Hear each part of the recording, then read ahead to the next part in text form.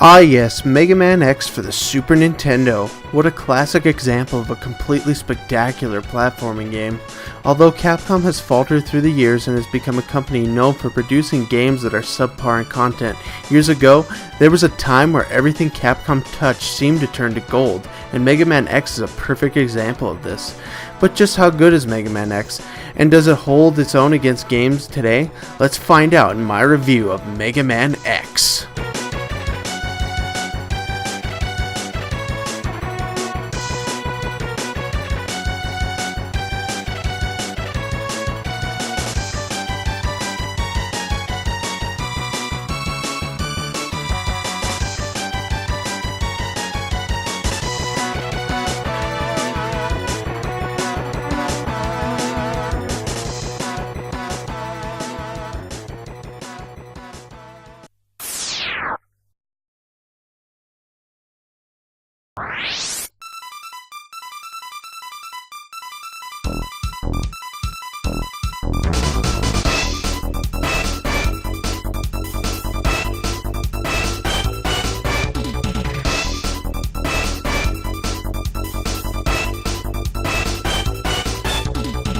Mega Man X came to be when Capcom was mass-producing Mega Man games at an unbelievable rate. From 1987 to 1993, Capcom had already produced 6 different Mega Man games. With this large production came a decrease in sales. This decrease was due to how the games were designed. They featured very similar gameplay with little to no changes throughout the series. Main artist and designer Keiji Inafune had come up with a concept of designing a Mega Man game that kept the fundamentals of the original games while creating a deeper story and better gameplay, launching the idea for the game Mega Man X.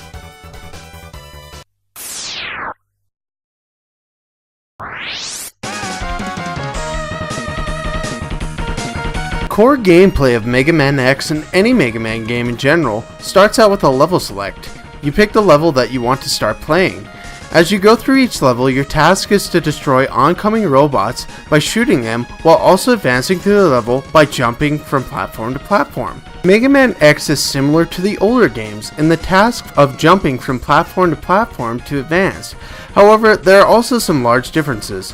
Firstly, Mega Man X has an upgraded weapon system called the X-Buster, which allows him to shoot from a moderately powerful shot to a full charge that looks like a blue ball of mass destruction.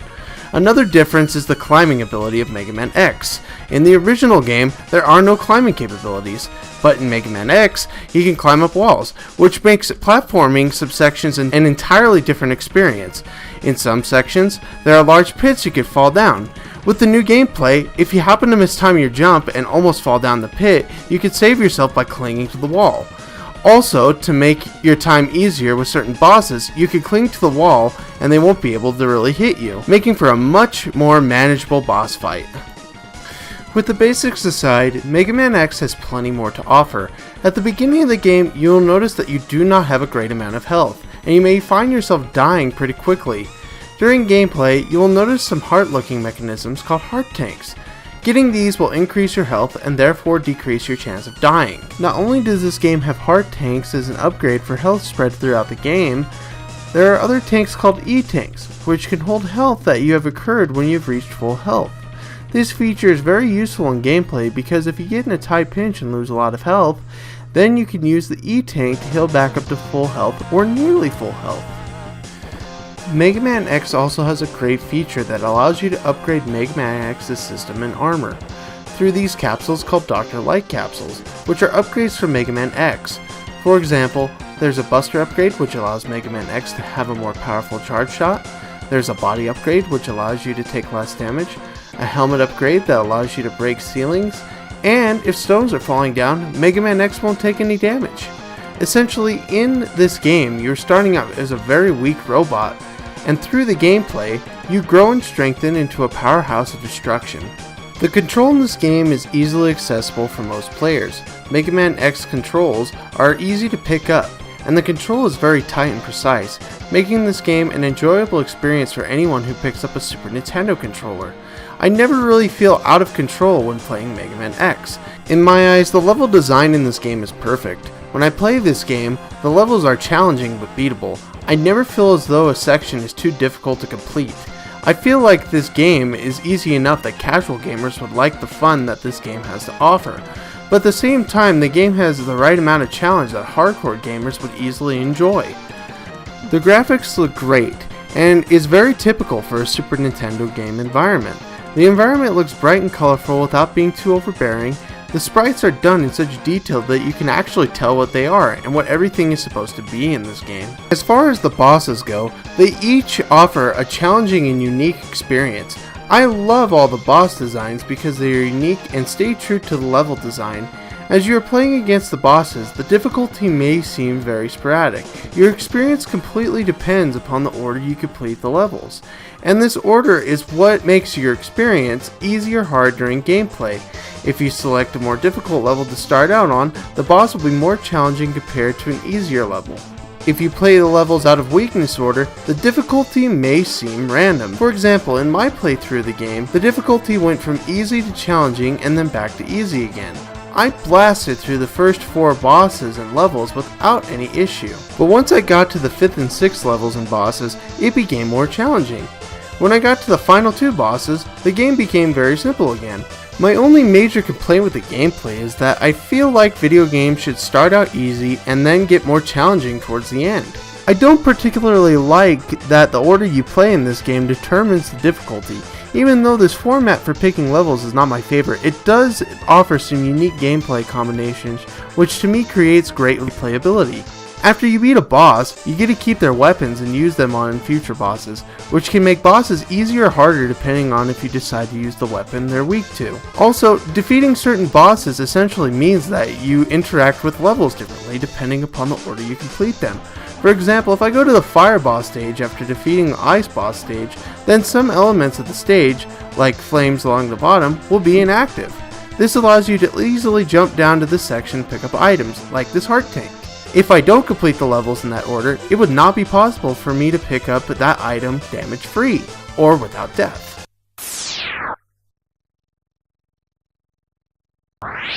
In my opinion, the music in Mega Man X should go down in history as one of the greatest soundtracks of all time. Every song in this game, from the opening stage music to the end of the game, is a masterpiece. Even aspects outside of the gameplay, like the password screen, have phenomenal music. It feels like the Capcom sound team took their time and care to make sure every song was done to perfection, ensuring that every note has a lasting effect on gaming. The sound effects in this game all have a futuristic feel. When you charge up your buster, it makes a very futuristic gun sound. The sound elements when Mega Man X gets hit sound very robotic and metallic, creating a realistic illusion of a robot getting smashed into bits. The explosions in this game are also very satisfying, especially when fighting bosses. After you beat a boss, the sound and the music makes players feel accomplished that they just completed a level, especially if you beat the boss with only the X-Buster. Sometimes the boss deaths can take a while to finish. Overall, Mega Man X has high quality sound that adds to the overall gaming experience.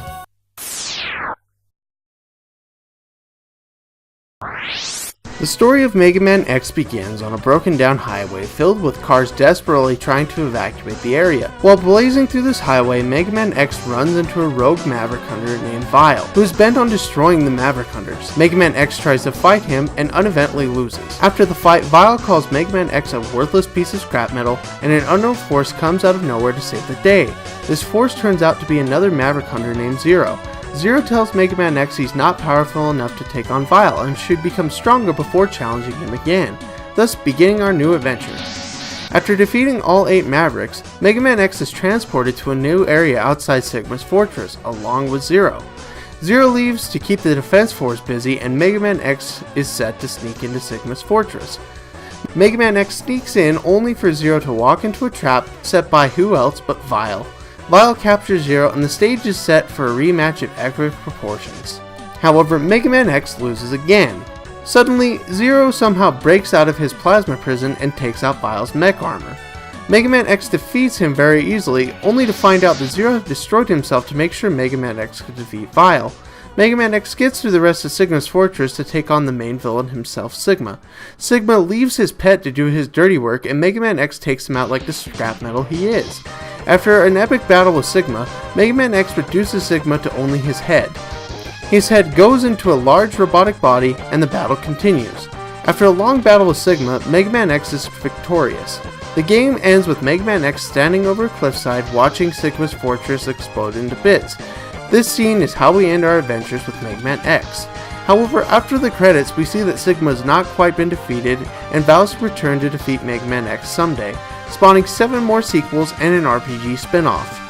The cinematics in this game are great, especially for the technology available at the time. The cinematics tell a good story without having to be too overbearing or long. Unfortunately, the story is not really pleasant for most of the game, but the game's story, however, is not the reason why you play Mega Man X. The characters, I feel, don't show the proper emotion on their sprites. The text boxes in the story display a large amount of emotion, but the graphics lack to show that emotion. Emotions that you expect during climactic events in the story are not present on the sprites themselves. For example, after the first fight, Mega Man X does not look like he just got destroyed by Vile. As far as characters go, Zero seems to have the most depth and personality. Zero comes off as an overconfident, non-trusting character who acts without thinking.